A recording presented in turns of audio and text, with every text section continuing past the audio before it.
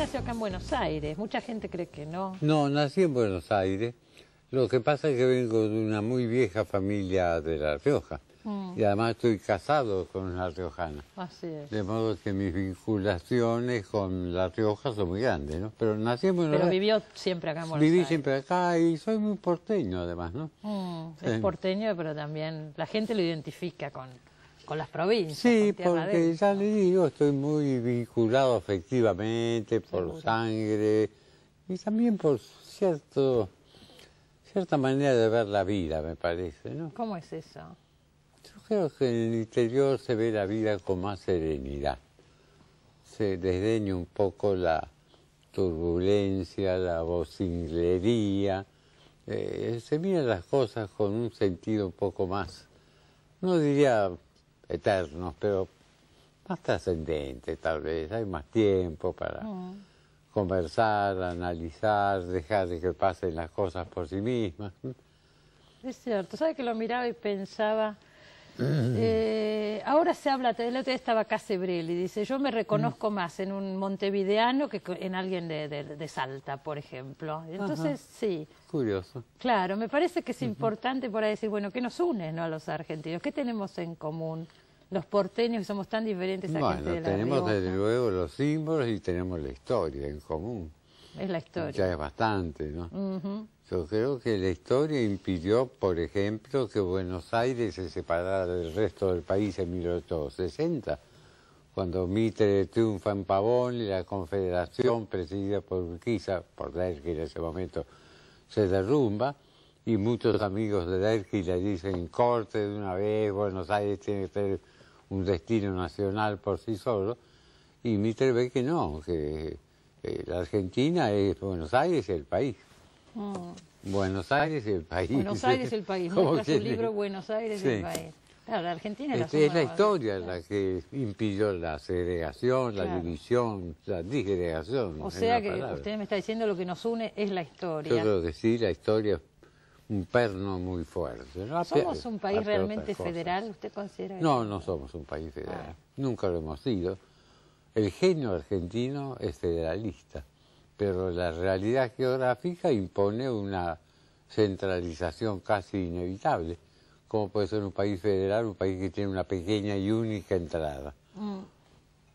Ahora no es tanto, pero durante 3 siglos sí, Buenos Aires fue el puerto, la única entrada. Y usted sabe que está al lado de la puerta, no solamente el que mira lo que pasa por la calle, sino es el que abre la puerta, la cierra, la entorna, cobra peaje, sabe quién está, quién no está. ¿Y eso nos juega a favor o en contra? De Argentina en contra, porque la política centralista ha sido negativa muchas veces. No permitió el florecimiento de los estados federales, tal como ocurrió, por ejemplo, en Estados Unidos, donde todos los estados originarios, los 13 estados, tenían salida al mar. Claro. Eso lo vio Rosas, en su momento lo dijo él, ¿no? Claro. Como una nota que hacía muy difícil la práctica real del federalismo. ¿Y qué solución se le ocurre para esto? Porque es un problema. Y bueno, eso simplemente las provincias son las que tienen que crecer, prosperar, liberarse de sus gobiernos feudales de una u otra manera, mediante el ejercicio de la democracia, por supuesto, y hacer que finalmente se viva mejor en provincias que en Buenos Aires. Y además, esto también yo lo dije antes que lo dijera Alfonsín, trasladar la capital. Ajá, Llevar ese la proyecto capital que al final nunca yo creo que es un proyecto que nunca ¿Usted se estaba logró. de acuerdo? Totalmente. Se planteó mal, Y concretamente al sur.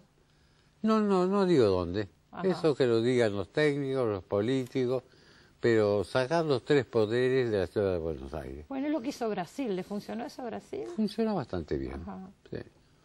Sí. Podría ser una solución, está tirando como una idea, que quedó, me acuerdo que era un gran proyecto ese Yo de creo que es un Alfonsín. proyecto que alguna vez se va a tener que Piensa que concretar inevitablemente, ¿no? Falta, claro, la decisión política y las condiciones acompañen, ¿no? No es fácil construir una capital. No, por o supuesto. hacer de una ciudad ya existente la nueva capital de la nación, ¿no? Por supuesto. Dígame, Félix, si volvemos un poco a su infancia. ¿Usted nació en Balvanera Sur? Sí, ¿Digo efectivamente, frente a la Plaza 1 de Mayo. Ajá. ¿Todavía existe esa casa? Todavía existe la casa. Mi familia, mi padre, mi madre y mis 6 hermanas y yo vivíamos en el primer piso. En la planta baja estaba el consultorio de mi padre, que era médico, médico de barrio, y en el segundo piso un hermano de mi madre. Así vivía en esa casa. Todo un poco familiar. Toda la casa, toda la familia vivía ahí. Es bueno eso de que exista todavía. Es un privilegio poder pasar por la casa de la infancia. Efectivamente. No mucha gente. No sé bien qué es ahora. Ha cambiado mucho. Creo que es un consultorio, me parece. ¿Ah, sí? Sí, pero era una casa bastante cómoda hasta que después, cuando yo tenía 14 y 15 años, nos mudamos a un departamento muy grande en la calle La Rea, entre Santa Fe y Charcas. No. Más bien Callao y Santa Fe. Claro, cerca de Callao y Santa Fe. Exacto, sí. Dígame una cosa, usted decía que tenía 6 hermanas. Sí. ¿Y es cierto que lo mandaron al mismo colegio de monjas de sus hermanas? Sí, es cierto. ¿Pero que era un colegio de mujeres? Tenía los 3 primeros grados también para varones. Ah, bueno, menos grave. Sí, pero yo leí eso y digo, pero como iba a un colegio de chicas. Y a mí me daba mucha bronca porque a la tarde, cuando venía la muchacha de casa a buscarnos, la monja decía, niñas de luna, y aparecían las niñas de luna y el niño de luna. Decía, niñas y niños de luna, pero nunca conseguí eso. Ajá. Sí. Su madre era muy católica. Era muy religiosa, efectivamente. No beata, pero muy religiosa. También mis hermanos. ¿Y su padre? Mi padre no, él era más bien liberal, gnóstico. ¿Usted también? No sé, ese es un aspecto que nunca he definido demasiado. En algunos momentos de mi vida siento mucha piedad religiosa y en otro momento no me importa nada. ¿Será que cuando uno las ve medias difíciles, ahí es cuando recurre a Dios? Por ejemplo, cuando estuve preso, por ejemplo. ¿Cuándo estuvo preso? Año 51. ¿Con el peronismo? Exacto. ¿Y en qué circunstancias? Afirmativo. Afirmativo. ¿Qué pasó ahí? No, fue una babada, solamente esa cosa tan represiva del peronismo. Éramos estudiantes y tiramos unos volantes en adhesión a la huelga de la Unión Ferroviaria. Nos pescaron y nos aplicaron un decreto de seguridad del Estado, que era terrible, no sé cuántos años de prisión. ¿Años? Hasta que la Cámara de La Plata decidió caratular el expediente como una simple contravención, que no era más que eso. Así ¿Y cuánto tiempo estuvo? No estuvo mucho tiempo, 3 meses más o menos. Hay que estar 3 pero meses. podía haber, en la cárcel de Olmos además, pero podía haber estado varios años. Pero en fin. Usted militaba en el radicalismo. Yo militaba en el radicalismo. Desde chico, desde familia Sí, radical. soy heredo radical, así como otros son heredos sifilíticos, yo soy heredo radical. Era, por lo menos, ¿no? Era. Sí. Bueno, eso da para hablar largo. Sí. Pero viene de familia radical y militó. Tanto es así que su primer libro es Irigoyen, que lo tenemos por ahí. Ahí está. Una vieja edición, que ahora va a mostrar en la cámara. Del año 54. Del año 54, sí. Una biografía de Irigoyen. Una biografía de Hipólito Yrigoyen que yo escribí siendo un joven militante, ¿no? Es un libro militante. Es un libro militante y apasionado, pero tiene información histórica útil, ¿eh? Sí. No es un libro. Pero usted me comentaba una vez que de ese libro a lo que escribió después cambió mucho. Ese es un libro de un militante. Sí, no, evidentemente sí. Además fue escrito en tiempos de Perón, que decir, era un libro para mostrar cómo un hombre que transformó la realidad argentina y que fue un líder popular, respetó siempre las libertades públicas. Era un poco la contrafigura de Perón, ¿no? Pero usted sabe, el otro día, mire, una cosa lleva a la otra, pero estuvo acá Osvaldo Bayer, que hablaba de la Patagonia rebelde, y bueno, esa represión fue durante la época de Irigoyen. Efectivamente. La Semana Trágica. Efectivamente, pero fueron los hechos atípicos del gobierno de Irigoyen excepcionales. Tendencialmente el gobierno de Irigoyen fue un gobierno primero de gran respeto a las libertades públicas y segundo de gran sensibilidad social. De modo que Semana Trágica y hechos de la Patagonia... hechos atípicos, pero eran hechos terribles. Ocurrieron, no fueron tampoco una directa responsabilidad de Irigoyen, ¿no? Eso lo hemos discutido mucho. Decía Bayer que se le fue de las manos a Irigoyen. Sí. Sí, yo siempre he discutido con Osvaldo eso, porque él publicó la primera versión de esto en toda su historia. Ajá. Él no sabía nada del tema. Y le dije un día, mire, yo empezaba recién con la revista, ¿por qué no escribí un artículo sobre lo que pasó en la Patagonia en el año 21? ¿Y qué pasó? Bueno, mire, todo lo que yo sé, le dije, está en una nota de pie de página de ese libro de Irigoyen. Él lo leyó y con esa laboriosidad y esa honradez que tiene, empezó a investigar y salió... 4 tomos. 4 tomos. A mí me gusta porque este programa de una semana a la otra se van contestando, parece. No, contestando no. No, bueno, pero son episodios completando más bien. Completando. O sea, son cosas que llaman la atención, porque uno dice, bueno, todo empezó en el 30, no, ya tenemos estos antecedentes, ¿no? Sí, lamentablemente, y antes también, ¿no? Y antes también. Sí. Dígame, Félix, usted estudió Derecho. Sí. ¿Era medio la tradición? Mire, para un chico como yo, que era pésimo en matemáticas, era más o menos bueno en historia, geografía, literatura... Estaba cantado. Estaba cantado estudiar Derecho. ¿Y nunca se le ocurrió estudiar medicina como su padre? No. Nunca sentí la menor vocación para la medicina. ¿Y ejerció como abogado? Ejercí y debo decir que fui un pésimo abogado.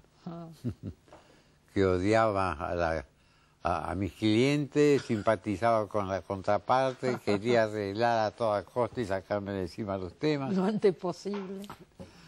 Sí. ¿Y a qué se dedicó? El ejercicio de la profesión. No, como todo abogado joven, a lo que viniera. Claro, de todo un poco. Pero a mí el derecho siempre me gustó. Lo que no me gustó fue el ejercicio mismo de la profesión. De modo que cuando pude, lo dejé. Porque usted me decía una vez que en esos años 60 había un gran auge de conocer nuestra historia, del folclore inclusive. Que eso le permitía ver que era un camino de vida. El año ¿no? 60 empieza el Festival de Cosquín, el primer Festival de Cosquín. Y hay efectivamente un auge por conocer el país, hay un turismo interno que se hace sin que hubiera condiciones de comodidad para hacerlo como se hace ahora, ¿no? Hay una revalorización por todo lo latinoamericano. Una especie de reflexión de la Argentina sobre sí misma. Sí, en los 60. Exacto. Y entonces, bueno, ahí fue cuando escribí Los Caudillos, cuando fundé la revista Toda esa Historia. Que todavía sigue, mire, que todavía sigue. 40 años tiene. 36. 36 años. Sí, mantener una revista 36 años. La que está más a cargo ahora es Felicitas, mi hija. Felicitas. Segunda, sí, me releva de todos los aspectos fatigosos de la revista. Bueno, pero la revista sigue. La revista sigue. Y es la década en que escribí esos temas con Ariel Ramírez, de la misa criolla, Mujeres Argentinas, Los Caudillos, Cantata Sudamericana. Que se siguen cantando. Samba de usted. Sí, la Nación ha decidido sacarlos de nuevo. Y parece que tiene bastante éxito. ¿Se da cuenta? Y son de los 60. Y son de los 60, efectivamente. Bueno, nos vamos al corte, y seguimos charlando con Félix Luna.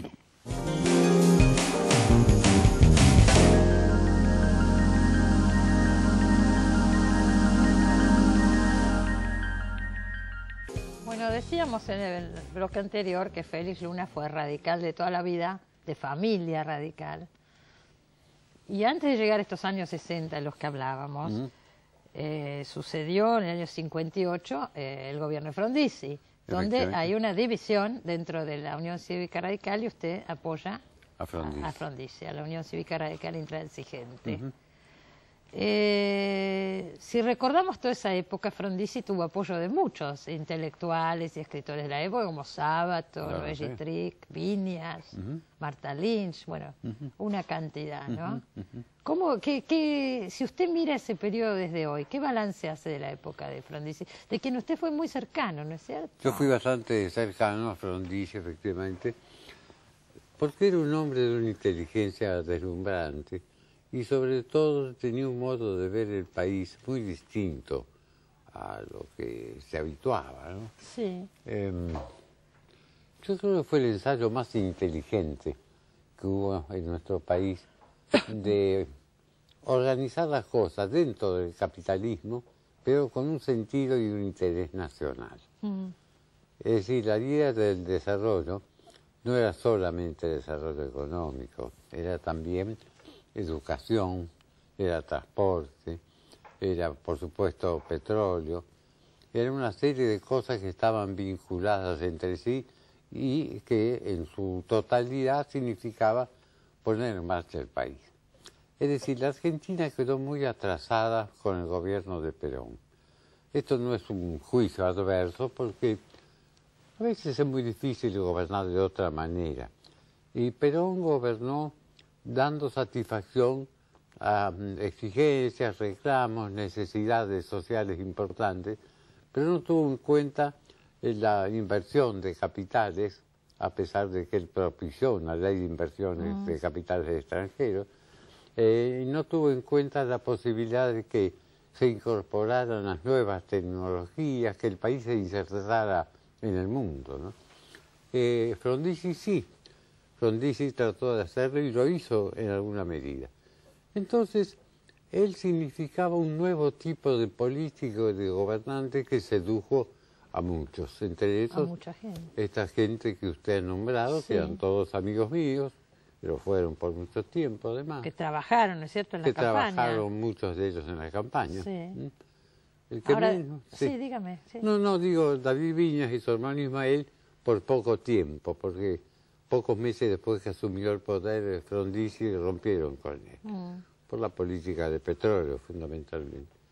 Pero Noel Trigg, Marta Lynch, por ejemplo, Rubio Zabala, Juan Ovidio Zabala, otros muchos los siguieron, Sábato también, sí, los siguieron mucho tiempo, yo también. ¿Qué pasó? ¿En algún momento usted se desilusionó de Frondizi o se abrió de Frondizi? Porque no.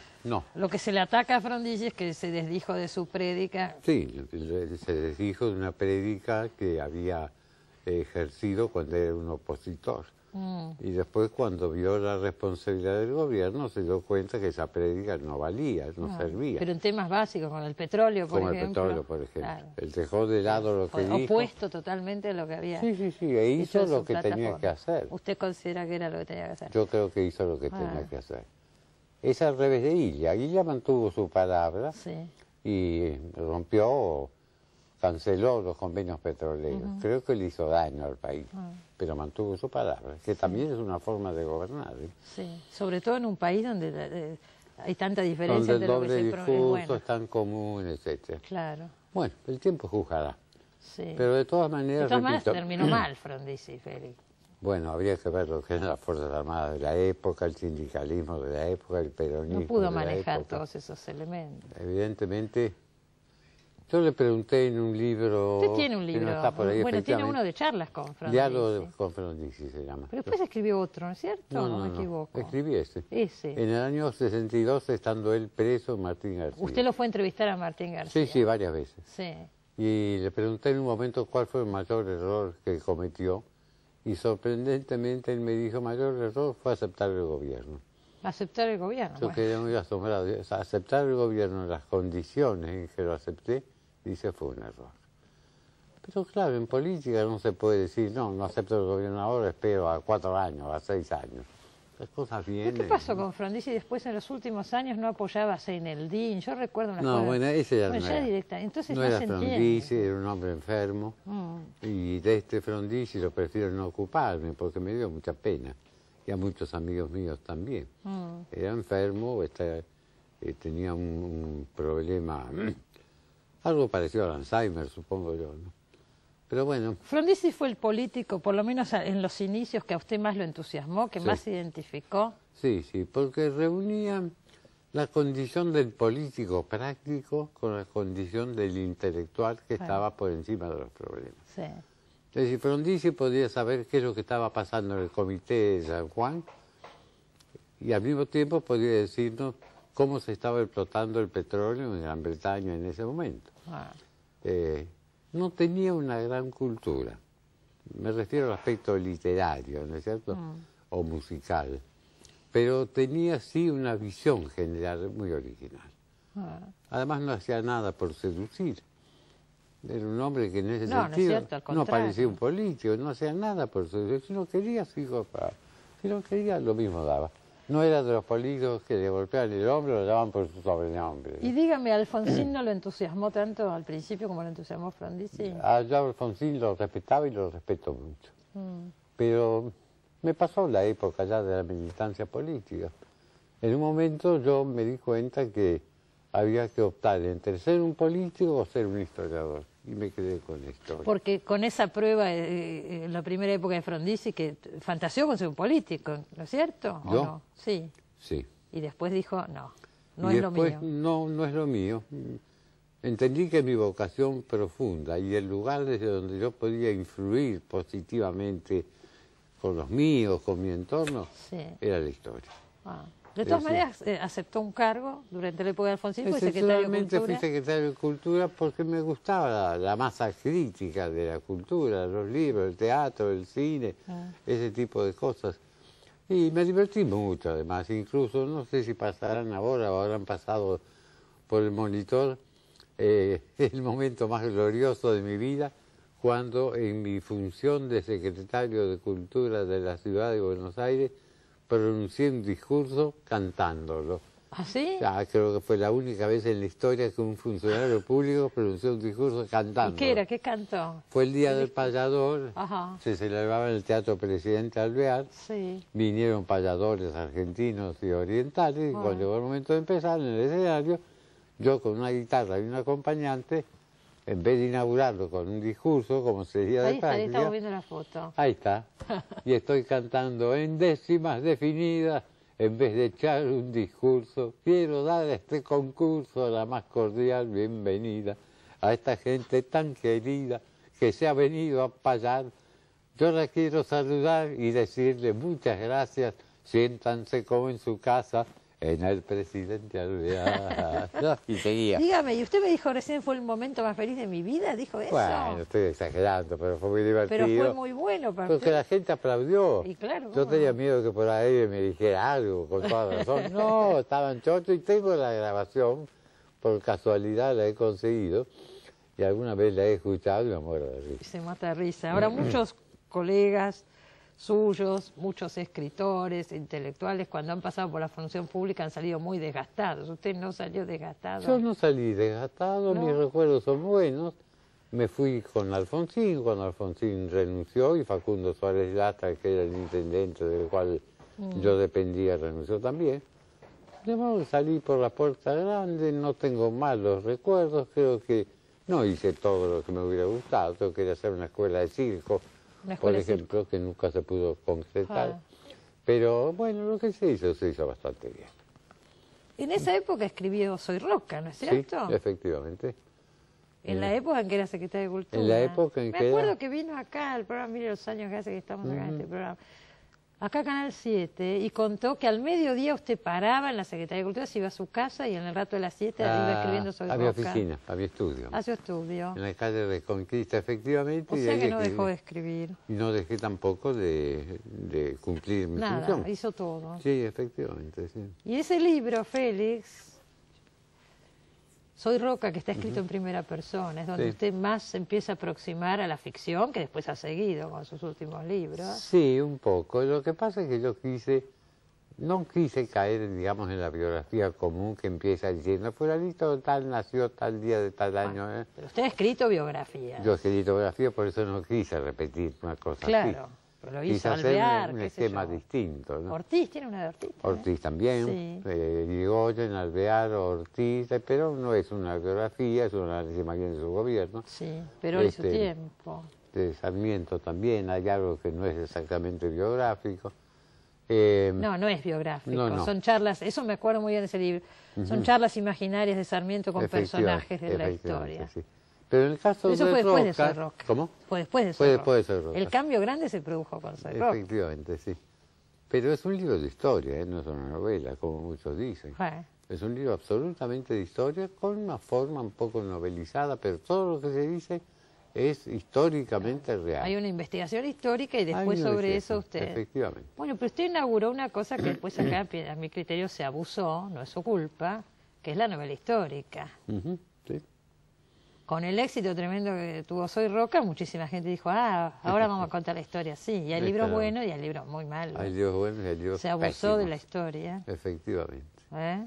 Lo que no me gusta es cuando se mezcla historia y ficción y uno no sabe qué es historia y qué es ficción. Claro. Eso es lo que pasa, ¿no? Yo le digo como lectora, Si yo tomo un libro así, yo quiero conocer la historia. Claro. Entonces, cuando ya no sé si me están contando la historia o la Exacto. imaginación del autor, para eso Bueno. leo una novela. No a mí no me cierra. como- Cristina, en Soy Roja yo pongo, cuando empiezan las notas, que todo lo que no se salva como ficticio es absolutamente Claro. histórico. Entonces uno se puede basar en eso. Entonces uno dice, esto sí es real, esto lo dijo. Son palabras textuales que yo pongo en boca de Roca, además, Sí. ¿no? Y los hechos son los que realmente ocurrieron. Es que ¿no? se puede hacer así, porque uno se basa en cartas, en documentos. Claro, claro. ¿Es fácil en la Argentina investigar, acceder a material? No, no es muy fácil. No es muy fácil por varias razones. El Archivo General de la Nación está bastante bien. Ahí se puede trabajar bastante bien. Pero hay mucha gente que tiene documentos y no los quiere mostrar.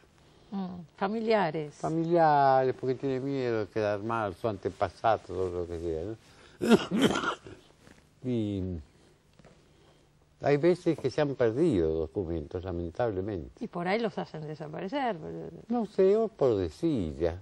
Hace unos días apareció en La Rioja, dentro de una heladera, una cantidad de papeles históricos de lo más interesante, dentro de una heladera Esas que heladeras estaba en el medio viejas. de un patio de hace años, ¿no? Y bueno, quién sabe quién los puso ahí, quién sabe Sí. quién los olvidó. Sí. Felizmente los rescató un historiador, amigo mío de allá, ¿no es cierto? Un poco pasa porque acá siempre, ahora ya no, ahora ya se dice de todo, con esta novela histórica se ha tomado las figuras, pero acá durante mucho tiempo había una especie de, bueno, salvemos el bronce, si uno comparaba con libros o películas inclusive de otros países. Sí, pero también es lógico eso, ¿eh? A Hay ver. una época en que los países necesitan tener sus íconos, sus héroes, Para generar, para formar la nacionalidad. para formar los modelos, para guardar la nacionalidad, mostrar a los que llegan, los inmigrantes que han elegido el buen país. Ah, Después se va madurando, ya se le puede tomar el pelo al prócer, mostrar sus errores, sus renuncios, y no pasa nada. La eso habla de un país nacionalidad más seguro. no se Si fragmenta, no pasa por nada, después es supuesto, un país más seguro. y más maduro. Y más maduro. Claro, claro. Usted me contó una vez que hay un museo en Washington que está la dentadura postiza El de Smithsonian. George Washington. El Smithsonian, en el medio de un salón hay una vidriera con una dentadura hecha, me parece que de madera. Ahora, ¿eso sirve Efectivamente. para algo, Félix? Realmente. No, pero bueno, es un recuerdo, digamos, de este personaje, ¿no? ¿Por qué no? ¿Eso acá se podría hacer? A ver si nos imaginamos que acá hay cosas Bueno, emblemáticas también de algunos en la personajes. revista Toda esa historia apareció un artículo de un dentista que es colaborador de la revista y que cuenta que cuando trajeron los restos de Rosas estaba la dentadura postiza y que algún descendiente se la regaló y él la tiene. Ajá. Así que hablando de dentaduras, de próceres, hay bastante precedentes. Bueno, nos vamos a hacer otro corte y seguimos charlando con Félix Luna.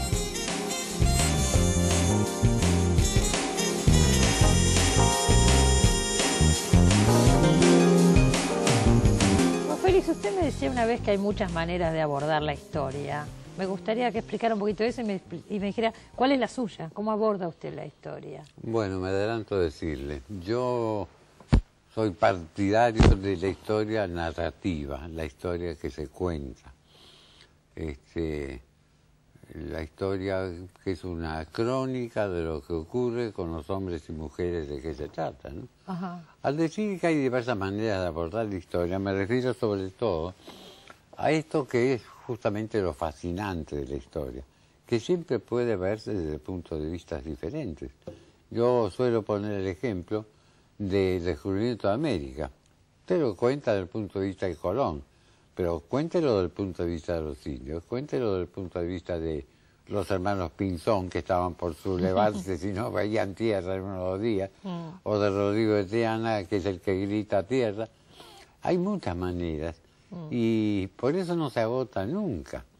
Y por eso se ha puesto hace unos años por lo menos de moda la historia de los vencidos, la historia de los incas bajo la dominación española, la historia de los... Esa cosa que se decía, la historia la escriben los que ganan. Claro, la historia la escriben los que ganan, pero los que pierden dejan los rastros para que se pueda escribir también su propia historia, ¿no? Seguro. A usted siempre le interesó llegar a la mayor cantidad de público. Sí.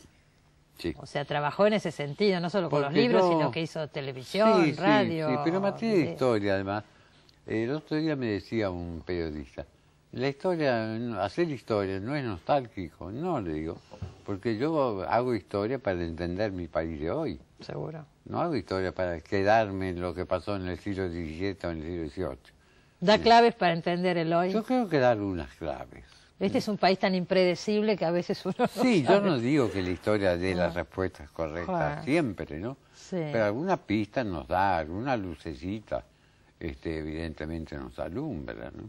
Usted tiene tiende a tener una visión siempre optimista. Ha venido al programa, por ejemplo, en momentos terribles del país y siempre trata de aportar una visión optimista. Siempre dice que este es un buen país. Siempre lo digo porque creo que es un buen país. ¿Y a qué se deben nuestras tragedias? ¿Se pueden entender desde la historia también? Se pueden también entender desde la historia, aunque usted dijo muy bien, la historia es impredecible, hasta el azar tiene que ver, ¿no es cierto? Sí.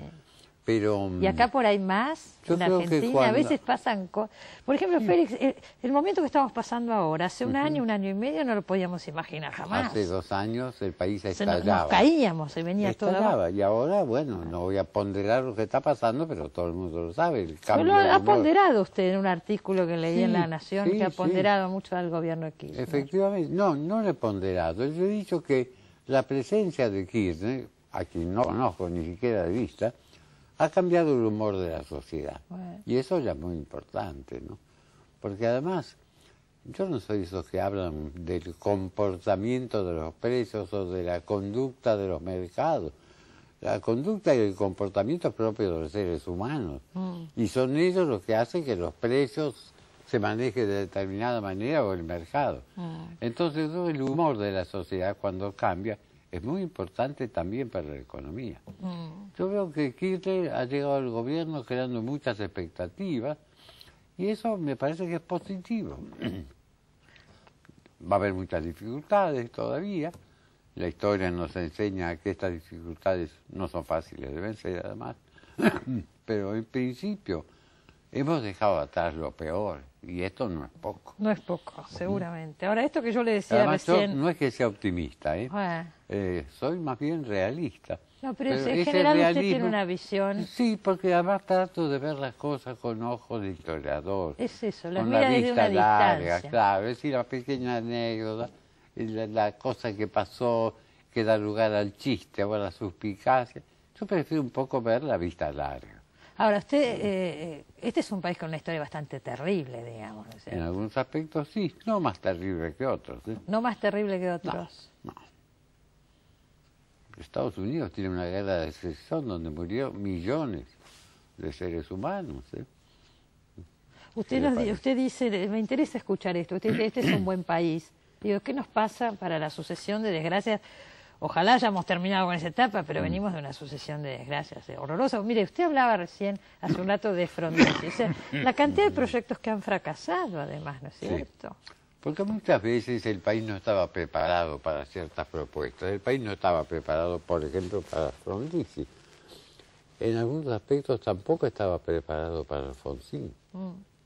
Fíjese que la ley que hubiera llevado su apellido, la ley Mucci, Y yo, de pero democracia- claro que no tengo nada que Nada ver. que ver.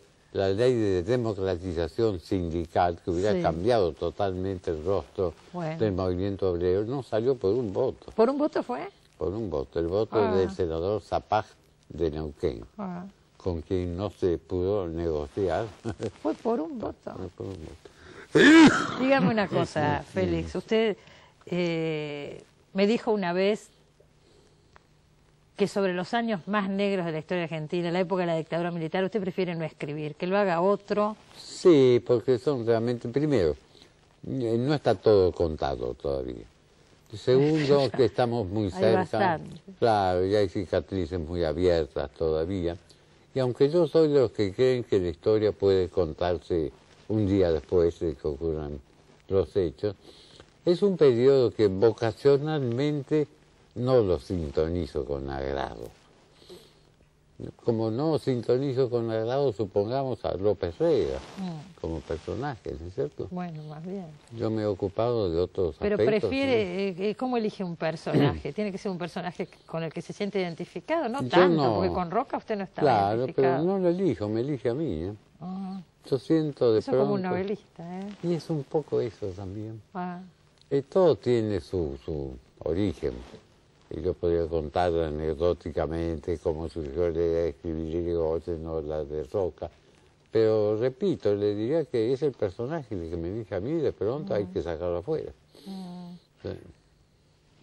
¿cuáles son los hechos, más allá de los personajes, que usted considera claves de la historia argentina? O personajes, porque por ahí hay otros que le simpatizan más y que no los llamaron, como usted dice, para escribir sobre ellos. No, por supuesto que no. Mire, creo que un personaje clave, en el sentido que trajo grandes consecuencias, pero nefasto, es el general Uriburu, el que inaugura en el año 30 la sucesión de golpes militares que habrían de caracterizar la segunda mitad del siglo XX. Fue un personaje clave por el rol que le tocó dentro de la historia, no por él, por las características. No, por supuesto. Malas o buenas, pero fuertes. No, yo creo que era, bueno, no voy a hacer el juicio de valor, creo que era un hombre que no tenía mayor vigencia, mayor trascendencia. Claro, ¿no? por eso Pero lo que hizo realmente marcó al país. Sin saber. Durante muchos años sin saberlo y tal vez sin quererlo, porque probablemente fue de buena fe, ¿no? ¿Y qué otros? ¿Qué otro? Bueno, Irigoyen y Perón son desde luego indispensables en este siglo. Pero uno piensa siempre en políticos, ¿sí? Y no piensa en personajes como, por ejemplo, Usay, que fue realmente un hombre que tuvo mucho que ver con la creación de esta generación científica que, bien o mal, caracteriza al país, ¿no es cierto? O Borges mismo, ¿no? Claro. Que es un hombre que llevó el nombre de nuestro país a todo el mundo, ¿no? Cuando se habla de historia parece que es la Siempre historia política, se habla de los ¿no? políticos, de los militares de nuestra época, Sí, pero hay otros hombres en quienes hay que reparar, ¿no? por supuesto. Por eso Bueno, yo ahora, siempre he ¿usted está de opinado... acuerdo que ahora hay como una onda de biografías? O sea, se interesa muchísimo todo lo biográfico, estamos como revisando. Sí, eso está muy bien, además. Sí, ¿no? habla Más, de un interés, ¿no? Más, fíjese que yo siempre he pensado que en la escuela primaria no debería enseñarse historia, ni siquiera elementalmente. ¿No? No, deberían mostrarse algunos personajes y enseñarlo a los chicos a que lo quieran. Pero no solamente Moreno, Rivadavia, San Martín, Belgrano, sino, qué sé yo, el Perito Moreno, por ejemplo, o Florentino Ameghino, desde luego Sarmiento, pero ¿por qué no la maestra norteamericana que trajo Sarmiento? Tantos personajes de los cuales se podría hablar y que además son lindos personajes, ¿no es cierto? Y por ahí usted, su próximo paso es empezar a hacer libros para divulgar en los colegios a los chicos. No, porque a usted le interesa mucho la divulgación de la historia, hace de todo alrededor de... Sí, me interesa. Y he escrito también historias para chicos, ¿eh? ¿Ah, sí? Sí, para la editorial Atlántida. Ajá. Escribí 2 libros con un personaje llamado Matías. Matías cruza la cordillera, por ejemplo. Matías, por un recurso mágico, como dice la zarzuela, de repente se encuentra en el ejército de San Martín y cruza los Andes. ¿Y se usan en los colegios? No sé, no creo que no. Dígame, antes de ir al corte le pregunto, ¿hay algún límite para contar la historia? ¿Alguna vez se topó con un hecho o con algo que dijo esto no lo voy a contar? Sí, las cosas inútilmente negativas. ¿Cómo sería? ¿Y dónde está el Bueno, punto? por ejemplo, fíjese, los fusilamientos de junio de 1956. Sí. Que realmente fue un episodio muy triste, muy lamentable, estúpido además, porque esa ¿Por qué gente estúpido? Porque ni conspiraban, eran pobres desgraciados a quienes pescaron. Sí, pero era un momento que estaban como que no... Pero no fueron los revolucionarios mismos, yo hablo de los del basural de Suárez. Sí, estamos hablando de lo mismo. Bueno, muchas veces me ofrecieron publicar algo en la revista. Después del libro de Rodolfo Bosch ya no hay nada que se pueda decir, después de Operación Masacre. Sí. Entonces no quise publicarlo, porque era revolver algo que nadie reivindicaba además como responsabilidad. Claro. O sea, para usted el límite sería lo que le desagrada, no escribe Sí, sobre más lo que le bien, desagrada. sería una cuestión totalmente arbitraria y caprichosa. Es capricho, Pero claro. tengo derecho, ¿no es cierto? Sí, Cualquiera cada uno tiene- elige, cada uno elige. Claro, Pero claro. es una visión personal, Sí, sí, ¿no es cierto? sí. ¿Trata de ser objetivo cuando escribe o no le interesa para nada la objetividad? Es que no creo que se pueda ser objetivo cuando se escribe. Trato de ser sí imparcial y honrado. Ah, No ocultar ninguna baraja en la manga, no macanear, no engañar. Pero eso no puedo renunciar a mis valores.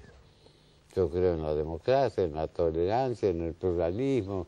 Y hay cosas que cuando miro la historia, y están esos valores presentes, vulnerados o no. Nos vamos al corte y hacemos el último bloque, nuestra sección de preguntas frívolas, que generalmente Guau. no lo son tanto. Ya volvemos.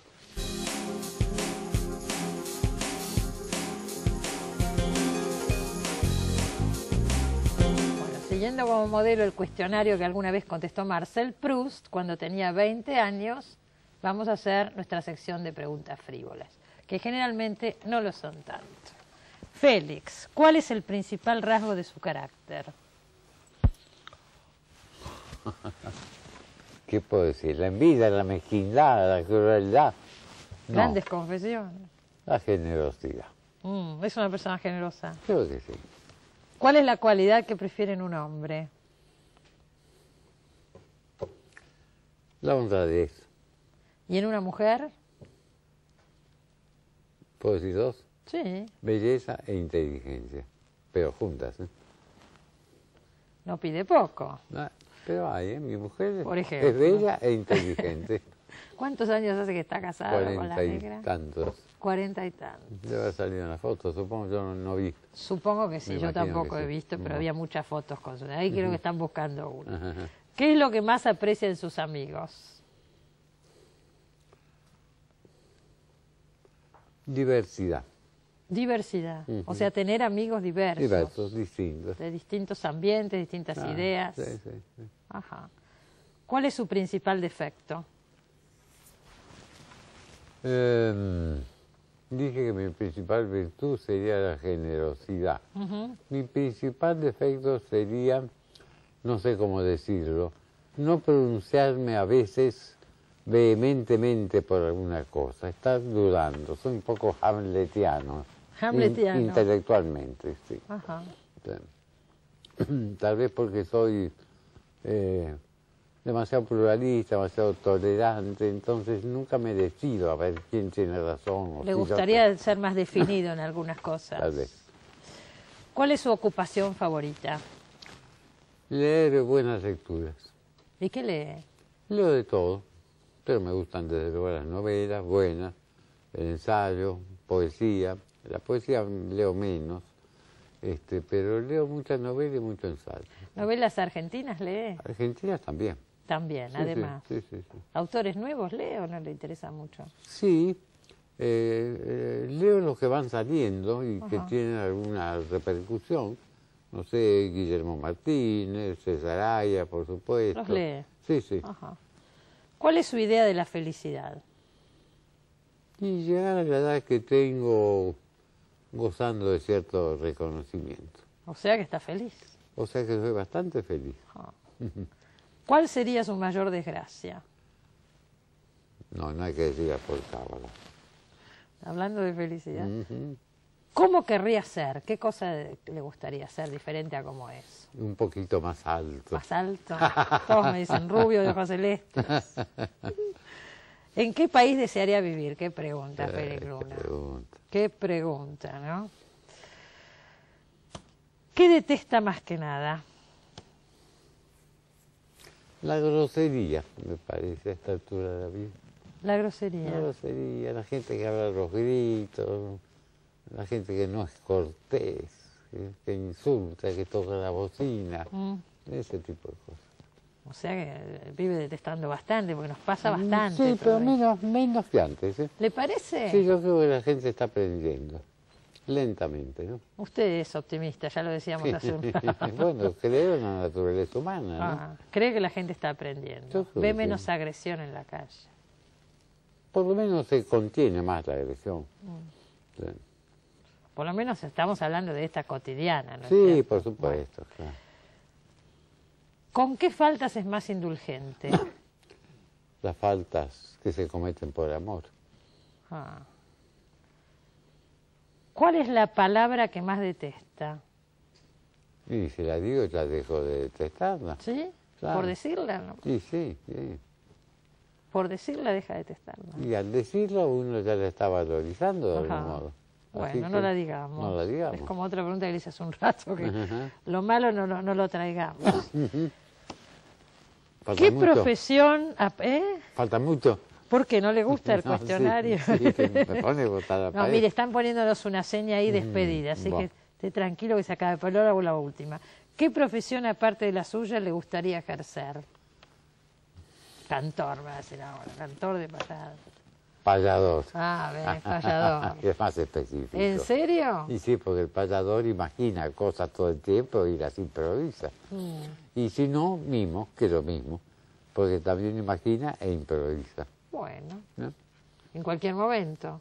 Ah, nunca se sabe. Gracias por haber venido, Félix. Gracias, Muchas Cristina, gracias. gracias. Nos vemos la semana que viene. Que la pasen bien.